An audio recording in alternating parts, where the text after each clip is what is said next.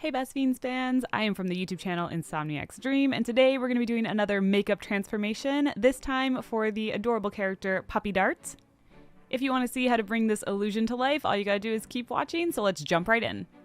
First thing I always like to start with is a cream white pencil to sketch out the design and make sure it can fit on my features. I often talk about how useful this step is in case you need to erase it, and for this one, that's exactly what happened. I got to the end of the face layout and thought, let's try again. So round two. I find with all of these that the eye placement seems to be really critical for reading the character as a whole, so I like trying to have the eyes be on my cheeks if possible, that way they're not interfered by my own eyeline. And I always want to try and hide the nose a little bit since that's a prominent feature, and so being able to use Puppy Dart's nose on my own was really beneficial. Since it's black, it'll be a lot easier to hide that protrusion. And then of course, once happy with the sketch, I moved on to using water-activated body paints to block out all the different color areas.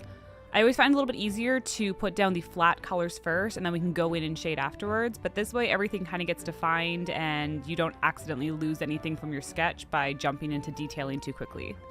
I like to work light to dark because you can always kind of paint over a light section easier, so getting the white down first is really beneficial, and then if you have to paint over top of it, it's not really going to be a problem.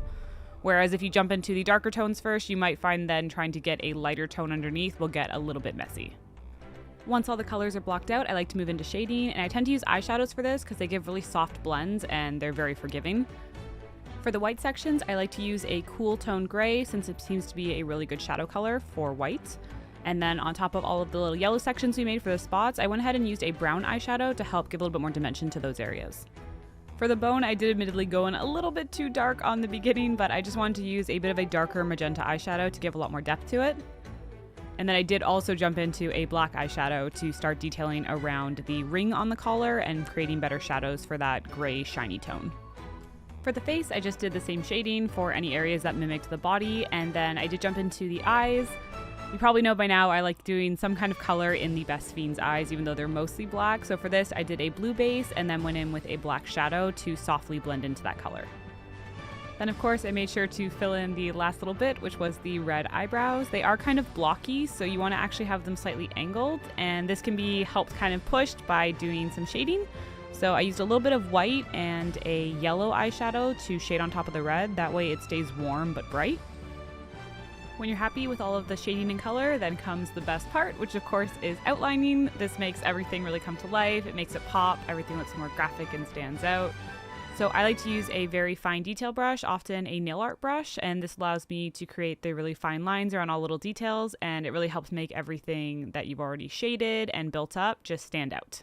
And of course, Puppy Dart would be nothing without his ears, so I did make some little paper additions. I always find it helps to add the lines just where it's connected to help it blend into the whole illusion. And then of course, we just gotta black out everything around our fiend. I won't lie, I almost forgot the little detailing of his mouth. And then of course, my last step is always to do a bit of white highlighting along a lot of the edges. It helps everything stand out and just pop.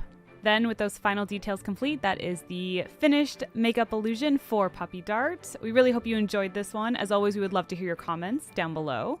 Be sure to subscribe to the Best Fiends YouTube channel and let us know which characters you would like to see brought to life next.